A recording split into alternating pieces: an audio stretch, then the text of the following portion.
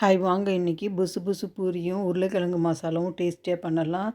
First உருளைக்கிழங்கு தேவையான அளவு வேக வேக வச்சுக்கோங்க. அது வரைக்கும் நம்ம மாவு பிசைஞ்சிக்கலாம். இதுக்கு நான் கோதுமை மாவு தான் எடுத்திருக்கேன் 1½ கப் அளவுக்கு. இதில் கொஞ்சமாக உப்பு போட்டு தண்ணி போட்டு நல்லா கெட்டியாக பிசைஞ்சிக்கோங்க. தேவைக்கு உப்பு போட்டுக்கோங்க. நல்லா கொஞ்சம் டைட்டாக பிசைஞ்சிக்கோங்க. சப்பாத்திக்கு கொஞ்சம் இலகுலாம் பிசைவோம். பூரி செய்கிறதுக்கு கொஞ்சம் டைட்டாக மாவு பிசைஞ்சிக்கோங்க. பாருங்கள் நல்லா மாவு பிசைஞ்சிட்டேன். கடைசியாக ஒரு 2 ஸ்பூன் ஆயில் போட்டு நல்லா மிக்ஸ் பண்ணிவிட்டு பிசைஞ்சிட்டு 1 மணி நேரம் கொஞ்சம் ஊற போட்டுலாம் அட்லீஸ்ட் அரை மணி நேரமாவது ஊற வைங்க. நல்லா சாஃப்டாக வரும் பூரி. அது வரைக்கும் நம்ம மசாலா செஞ்சிடலாம். உருளைக்கிழங்கு மசாலாவுக்கு உருளைக்கிழங்கு நல்லா வெந்துடுச்சு. தோல் உரித்து எடுத்து வச்சுக்கிட்டேன். ஒரு பெரிய வெங்காயம், ஒரு கேப்சிகம், கொஞ்சம் கருவேப்பிலை எடுத்திருக்கேன். தக்காளி பாருங்கள், ஒரே ஒரு சின்ன சைஸ் தக்காளி கட் பண்ணி வச்சுருக்கேன் பொடியாக. இப்போ வாங்க செய்கிறத பார்க்கலாம். பச்சை மிளகா 2 எடுத்திருக்கேன். இப்போ அடுப்பத்தை வச்சுட்டு இந்த மாதிரி பாத்திரம் வச்சுட்டு இதில் 2 கரண்டி எண்ணெய், நான் எடுத்த கரண்டியில் சூடான உடனே 1 ஸ்பூன் கடுகு போட்டுக்கோங்க. கடுகு வேடிக்கிட்டோம். கொஞ்சமாக இஞ்சி சின்ன சின்ன பீஸாக கட் பண்ணி போட்டிருக்கேன். உளுத்தம்பருப்பு, கடலைப்பருப்பு உங்களுக்கு வேணுன்னா போட்டுக்கோங்க. பாருங்கள், இஞ்சி கொஞ்சமாக பொரிஞ்ச உடனே கருவேப்பிலையும் பச்சை மிளகா நடுவில் கீறி போட்டிருக்கேன். தேவைக்கு நீங்கள் பச்சை மிளகா போட்டுக்கோங்க.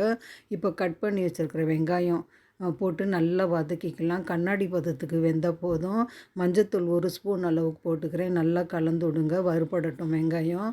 தேவைக்கு உப்பு போட்டுக்கலாம் இந்த மசாலாவுக்கு. கடைசியாக பாருங்கள், தக்காளி கட் பண்ணி வச்சுருக்கோம் இல்லையா, அதை போட்டு நல்லா வதக்கிக்கலாம். நல்லா சாஃப்ட் ஆகட்டும். இப்போ குடமிளகாவும் வேக வச்சுருக்கிற உருளைக்கிழங்கை நல்லா மசிச்சுக்கோங்க. மசிச்சுட்டு இதில் போட்டுக்கோங்க. நல்லா கலந்து விடுங்க.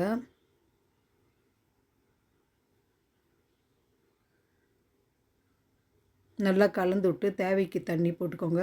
உங்களுக்கு எவ்வளோ திக்காக வேணுமோ மசாலா அந்தளவுக்கு தண்ணி போட்டு நல்லா கலந்து விட்டு வேக வச்சு 5 நிமிஷம் அடுப்பு ஆஃப் பண்ணிக்கோங்க. உருளைக்கிழங்கு மசாலா ரெடி. இப்போ பூரி ரெடி பண்ணிக்கலாம். பாருங்கள், பூரி மாவை நல்லா கொஞ்சமாக காஞ்ச மாவு போட்டு பிசைஞ்சிட்டு சின்ன சின்ன உருண்டையாக நான் செஞ்சு வச்சுட்டேன். இவ்வளோ பீஸ் வந்திருக்கு. இப்போ காஞ்ச மாவில் கொஞ்சமாக புரட்டி எடுத்துகிட்டு சப்பாத்தி தேய்க்கிற கட்டையில் பலகையில் பாருங்கள் நல்லா தேய்ச்சி கொஞ்சம் திக்காக தேய்ச்சிக்கோங்க. அப்போ தான் நல்லா பூரி உப்பி வரும். ஒரு 1/4 இன்ச்சு அளவுக்கு பாருங்கள், இந்த அளவுக்கு கொஞ்சம் பதத்துக்கு நான் எல்லாமே தேய்ச்சி வச்சுட்டேன் பூரியை. இப்போ நம்ம பொரித்து எடுக்க வேண்டியது தான். பாருங்கள், அடுப்பில் பேனில் எண்ணெய் வச்சுருக்கேன் பூரி பொரிக்கிறதுக்கு. சூடான உடனே ஒவ்வொரு பூரியாக போட்டு கொஞ்சம் மீடியம் ஃப்ளேமில் பொரித்து எடுத்திங்கன்னா பாருங்கள் நல்லா புஷ்ஷுன்ட்டு வந்திருக்கு பாருங்கள். எண்ணெயில் போட்டோடனே இதே மாதிரி 2 சைடும் திருப்பி போட்டு கொஞ்சம் கலர் சேஞ்ச் ஆனோடனே இது எடுத்துடலாம். அவ்வளோதான், பூரியும் உருளைக்கிழங்கு மசாலாவும் ஈஸியாக ரெடி ஆகிடுச்சு. இது ரொம்ப சாஃப்டாக இருக்கும். இந்த பூரி ரொம்ப நல்லாயிருக்கும். நீங்களும் செஞ்சு பாருங்கள்.